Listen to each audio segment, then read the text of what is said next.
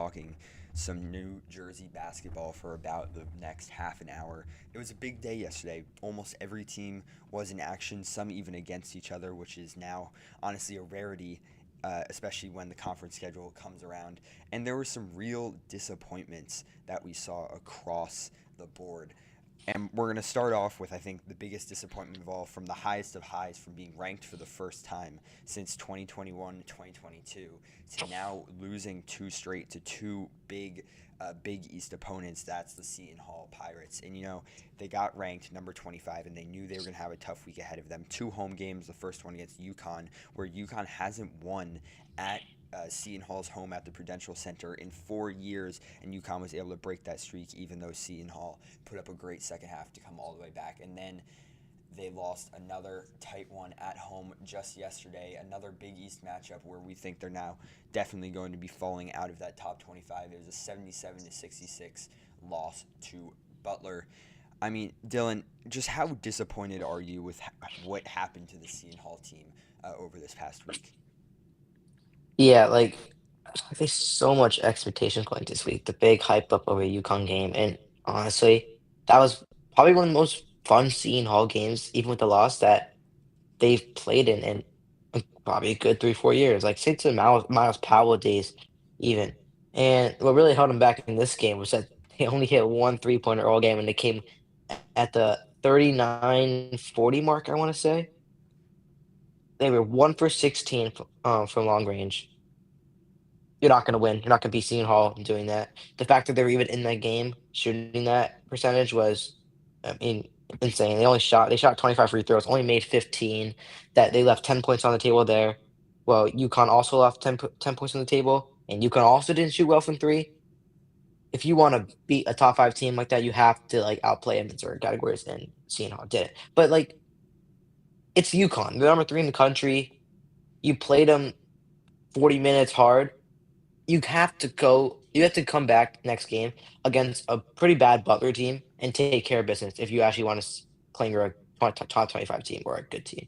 Because Butler walked in there and they played with good heart. They played like they have nothing to lose, which they don't. They're a 11-7 team that probably won't make the tournament. And Seton Hall kind of let that one UConn game get to them, and they didn't really play how they've been all year. They lost 77-66, and it was never a close game. It really wasn't. They were down 10 at the half, and they never really got it close all game, and Butler just had control. Um, AJ State McCray played pretty well. I mean, Najai Hines had a career high 16 rebounds, which Yeah. is um, And beast of a actually, what game. I And was I saying, that's their most rebounds by a Pirates freshman since 2015 in a single game. Yeah, no. I mean, Hines is a beast. I was actually watching part of that game because obviously the Rutgers game was at 2, but I was watching Seton Hall game before that. They're really sloppy. They really weren't getting into their offense. I think actually no, at one point they did get it to 7, I believe. And they had a chance to get it within 5, and it was a bad shot selection. Yeah, I don't know. This was a bad coach game by Holloway, which is pretty surprising because just notoriously a good in-game coach, a good yeah, good at that, but no, yeah. Kind of a disappointing week for Seton Hall, and it doesn't really get much brighter on the other side because they take on St. John's at MSG, just an impossible place to play against most times, Yeah. before taking a game at DePaul, which I don't know if you've seen any clips, but DePaul played Marquette, I believe, yesterday. No, they played Friday night, and people were saying like this is the loudest crowd DePaul's had in years, and like every time they make a shot, it's like a crowd pop, which is really good for the Demons, because they've just been pretty bad as of late. But that's not gonna be a fun place to play against either. There's a good chance that we look at a 14-6 Seton Hall team if they don't get things fixed soon. Which then you're looking at, is this team a lock for March Madness? Because 7 days ago we were like talking about like making the second weekend or something of March, and now we're like they might be a first four team if they keep losing games like this. So not a good week. Yeah, and I'll say that it's tough just because of there was a lot of snow yesterday and it wasn't great driving and stuff like that, and people are just getting back from break. But there were a lot of posts on Twitter about how empty the Rock was especially from the student side. I mean, you're going to have the best team that Seton Hall has had in years, and you have no one to pack out a stadium that you pay to rent out and you pay to play at. And it's just rough. Like it's a rough go around. You're talking about DePaul getting all hyped for the first time in a while and playing really well and stuff like that. We're playing the best we have ever, and like no one is showing up. So it's a rough go around, but I think that they're going to be able to respond. That St. John's game is the most important game of the season because you win that, your season's back on track. So got to take care of business at MSG, but you're right, that's going to be a tough environment to play in for sure. Yeah, and I think just right now, I think staying above that 5 seed line in the Big East, making sure you get the bye for the tournament is gonna be huge, and DePaul's creeping up there. They're knocking on the door right now with Seton Hall, 1 game apart from each other, and that game, on the 24th will be a big decider for the season, so yeah. Yeah. All right, let's move over to Rutgers now. We'll go more in depth for this one at some point when we film a episode of the chopping block. But a 96-87 loss. And listen, when I checked the score at halftime, I was at the St. Peter's Rider game, which we'll get to in a second. When I checked the score at halftime, I mean, I thought that was one of the worst first half performances they've had all year, maybe besides one of those early tournament games. But for Tariq Francis to come back from not draining a single bucket for the entire first half to then racking up 15 in the second half on what was he shooting? I guess he shot 6 for 8 or something like that. That's pretty good. Um, like just there's still some fight there, which is good to see. Because I don't know if there was always fight in this Rutgers team, especially in the last couple of seasons. So yeah, I'm happy with the outcome here, but I'll get your thoughts. Yeah, it's one thing about Coach Pikiell, no matter how much he angers the fans, just in-game decisions, how bad our teams have been as of late, he's a good motivator. He gets his team to play for him every year. And yeah, no, you texted me yesterday, like at halftime, you Rutgers crying emoji, and it's like way to rub it in. I was like, I couldn't watch it. I almost felt like turning it off, but I sat through it, seeing if they could make a push. The halftime score was 51-29, and an abysmal first half, defense and offense. But they fought back. It was 26-point lead at one point in the second half in the very beginning, and then we went on a huge run. Haroon Zerno, I know you mentioned Tariq Francis, and yes, he did play the best in the second half, I would say, but Haroon Zerno needed this game. There was a point in the midseason where he was our best player, averaging like 15 a game, and then he went on like I think like 3 for like 20 something from 3 over the last like 5 or 6 games. And finally, he gets back on track. 5 of 10 from the field, 5 made threes, 21 points, made all 6 of his free throws. He got us back in this game. Agbole played great on defense and hit a few big time dunks. Tariq Francis, as you said, pretty good. Caden Powers, who's just taken a huge step up since he's a freshman, the guy who got the starting spot, and he's been playing great. He had 9 points, 5 assists, 4 rebounds, and 96-87 is obviously a 9-point loss, but when you look at being down 26 at one point in the second half and fighting all the way back against a very good Wisconsin team who literally beat Michigan just a week ago is something to hold your head high about. And we got this game to 7 at one point as well. It was 4:30 mark, right before the under 4-minute timeout, and Bryce George no, yeah, someone hit 2 free throws for us. I think it was Zerno. Cut it to 7, and then right before the under 4, Nick Bird or Nick Boyd for Wisconsin hit, like, a pretty bad call and one, and killed all of our momentum. They got it back to 10, and you're like, "Alright, the run's over." It was a fun ride, but the run's over. But yeah, you're staying 9 and 9. You're 2 and 5 in Big Ten play, but all 5 of your Big Ten losses besides Michigan and Illinois, but we never played good at Illinois. We're not blowouts. Coulda beat Ohio State. We were winning by 15 at one point. Purdue came here and we didn't get embarrassed. We didn't. It was like a 15-point loss, but we were there. And then right here, Wisconsin, we were there. So for a young team that every single player on the roster can come back for another season, not saying they will, but everyone can, showing the inexperienced team we have, being able to compete at the highest level on the road at difficult environments is something that you got to credit Steve Peichel for Yeah. because he gets his teams ready no matter how much experience, how much talent he has.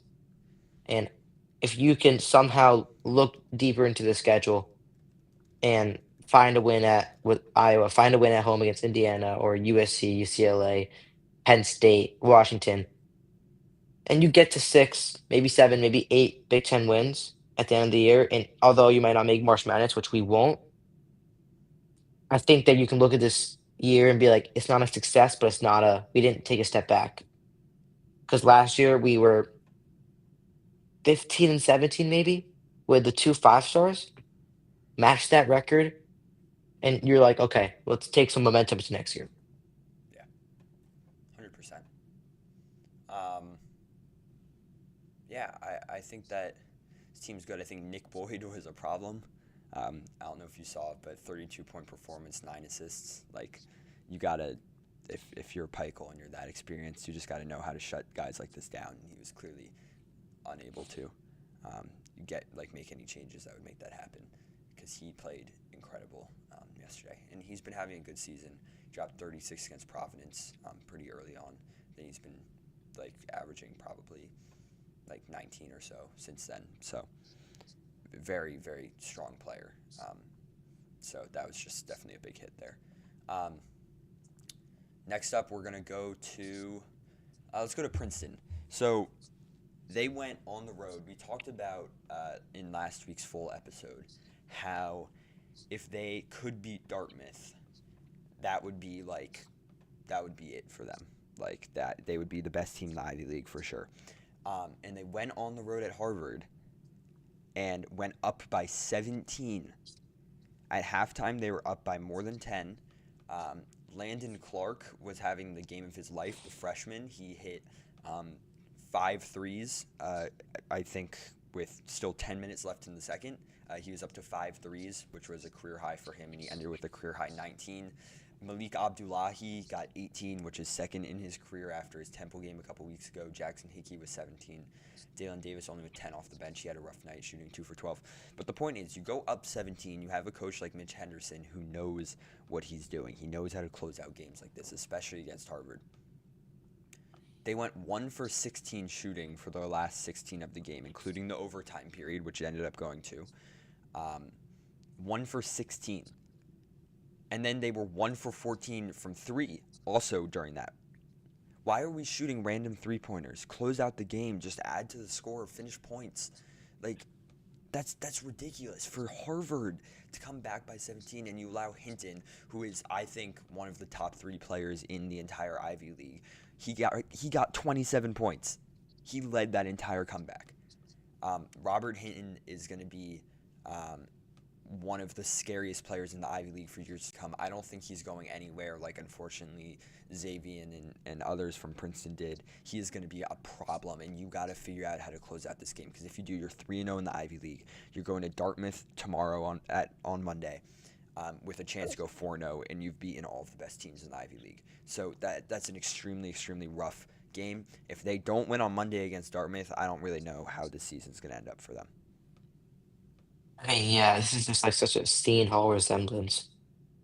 You just have all the momentum. Your season's almost reached its peak, trying to push forward, and you just suffer such a disappointing, heartbreaking loss. Honestly, this one was really heartbreaking for Princeton, as you said, huge lead, and they fight all the way back. You still get it to overtime though. You still have a chance, and they actually for overtime standards they blow you out. Yeah, that was And terrible.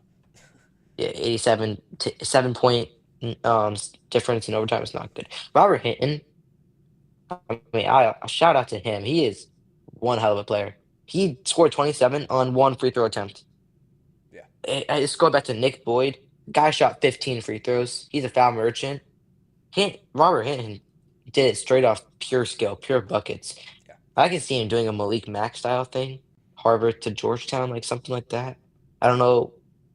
Yeah, I don't know what his like prioritizes. I don't know why he I mean, prioritizes like basketball. his brother is at Cornell, I think, and he stayed all the way through, and it seems like he wants to as well. So But was his brother as no, skilled as he's Hinton? not as Exactly. skilled, but he could have left and gone somewhere. Yeah, but when you're this good at like, there's like some like schools like Georgetown, which are still academically great, that I feel like he might transfer to. But on the Princeton side, don't let this game almost bring down the rest of your season. You really can't because you're in the Ivy League where like you don't need to win every single game during the regular season to still make March Madness. You're just fighting to get seeding at this point. Beat the teams because okay, when you beat Penn and you beat whoever they've beaten already, they've beaten Penn, they've beaten Yale, right? When you beat the best teams, you know when it comes down to March, you're going to have a chance against them in the tournament. So now it's like beat Brown, beat Cornell, beat Columbia, beat like the lower Ivy League teams. And if you suffer another loss to Dartmouth, it's not the end of your season because when you get to when you get to March, you just have to play at the best of your level. So yeah, I don't take this game too harshly because when it's the only goal of your conference is to win to make it, these losses don't hurt as much. Yeah, and I just want to go through kind of what happened in that overtime period. So you start out with a Jackson Hickey steal. Hickey pulls up for the 3-pointer, which that was the first mistake, and he misses. Then Harvard take their time. Uh, Baddies, who I think is the second best player on this Harvard team, he can't miss. Got a 3-pointer off of a Tay Barber assist. Then Jack Stanton turned the ball over. Then he fouled. So then that's Tay Barber to the line. He made both free throws. Dalen Davis misses a layup. So they get another rebound. Then a Chandler PJ dunk. Then they start subbing people out and subbing people in. Landon Clark misses a layup, but they get an offensive rebound. Abdullahi misses the putback. They get another offensive rebound. Abdullahi misses the putback again. Baddies misses a layup, offensive rebound, misses the putback, gets the rebound, and then Hinton finally puts it in. And then they foul.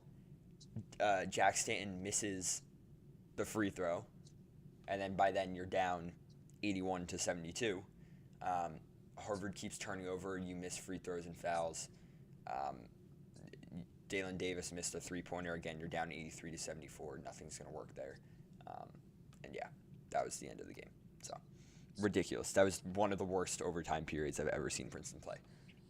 That's rough. That's like discrediting the intelligence of a Princeton basketball player.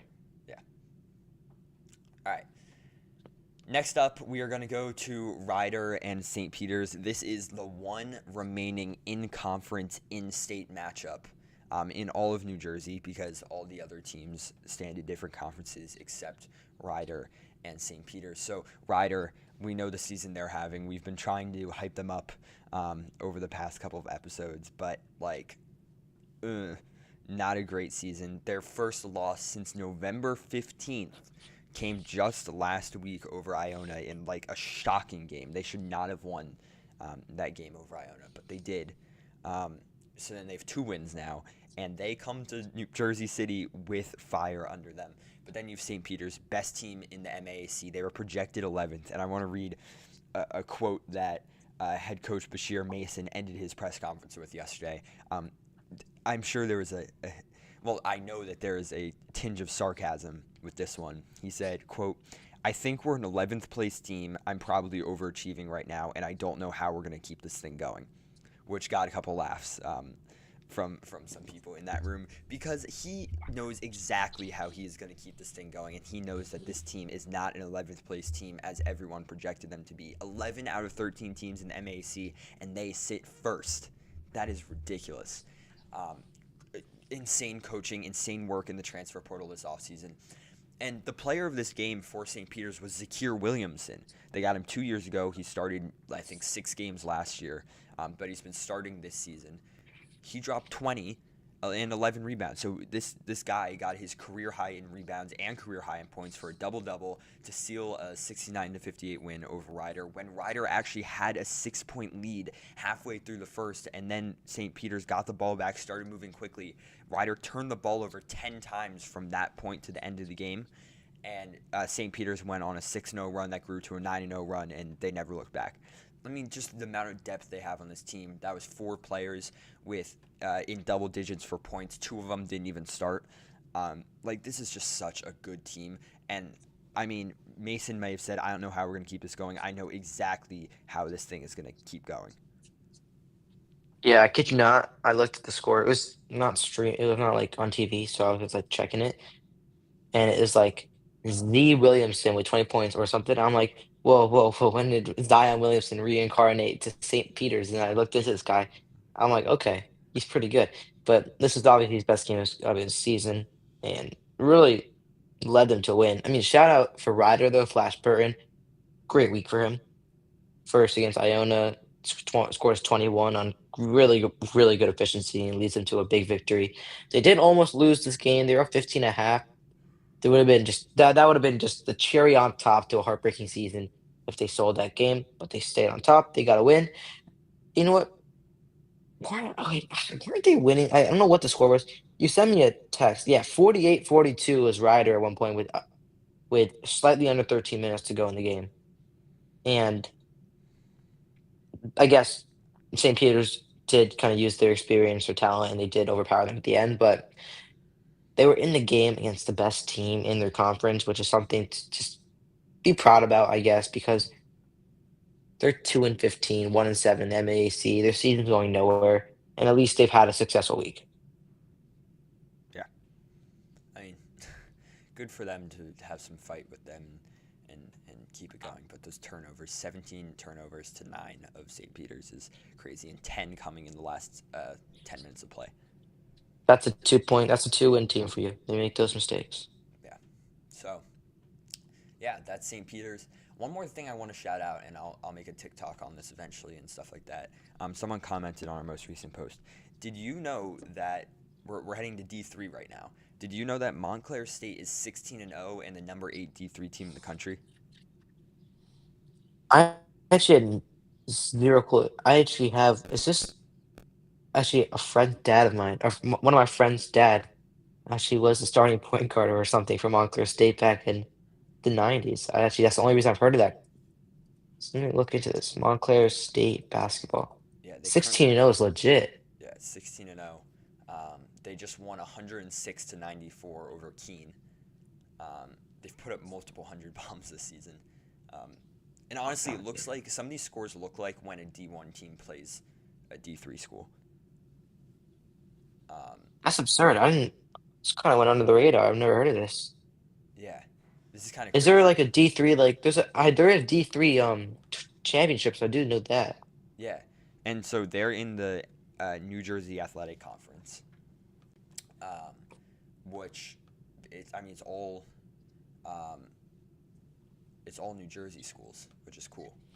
All right, new segment every week is going to be on D3 highlight. Montclair State. Yeah. Yes, they'd be in rip off Penn State. Oh, I saw this logo. I was like, what? They beat Penn State? Penn State Harrisburg, Yeah.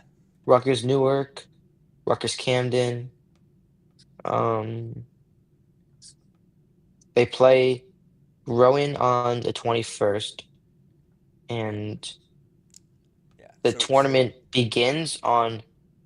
Okay, so it's early. The tournament that they will obviously be playing in starts in a month on February 21st, and it's going to take place the 21st, 25th, and 28th. 28th being the finals if they make it.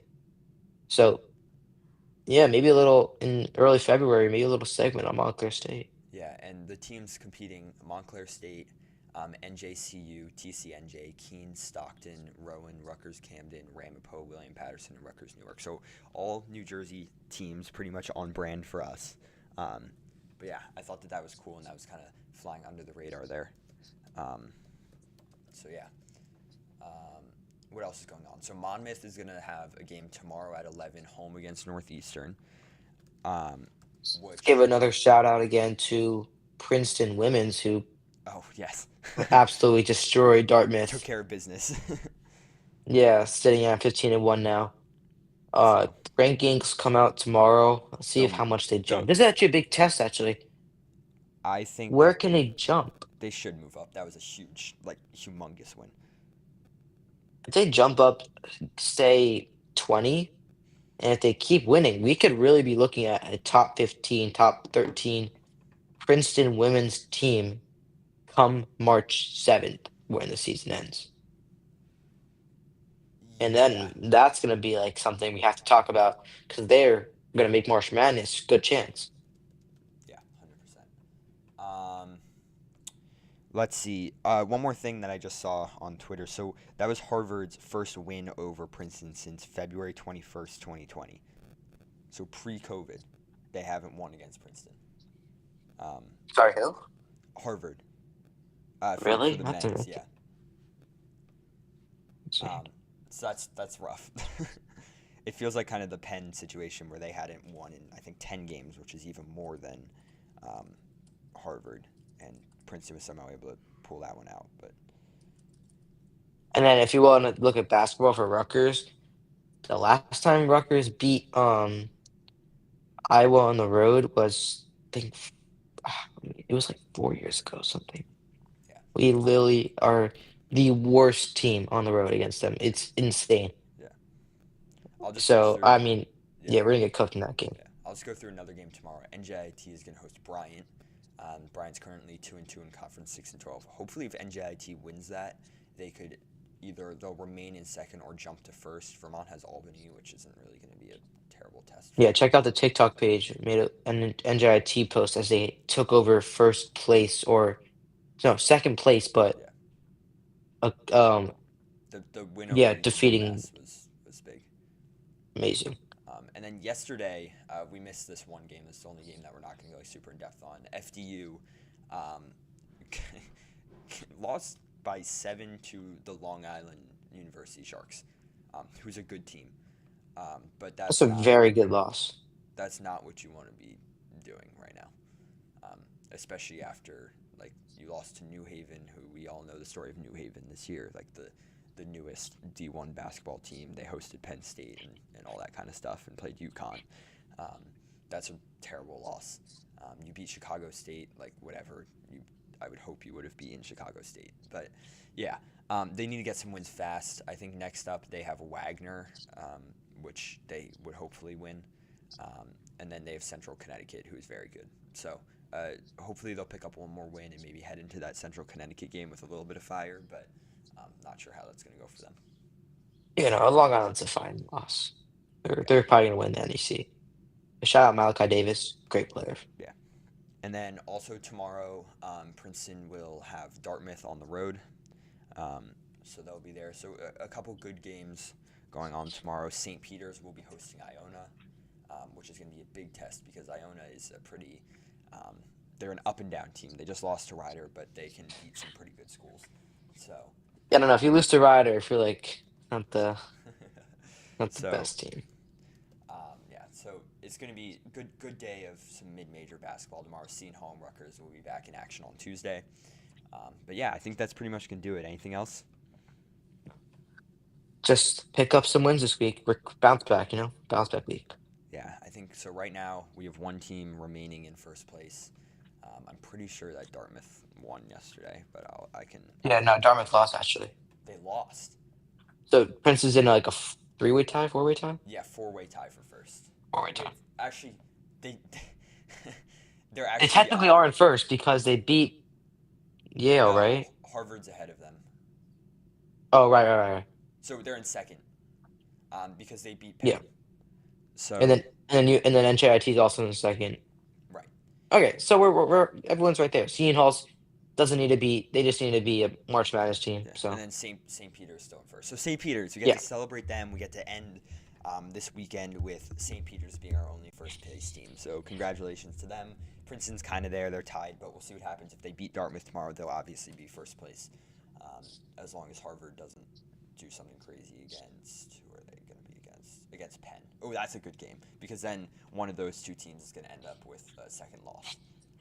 So that's Yeah, pretty good. perfect. All right. Well, We preferably Penn will win that game. yeah.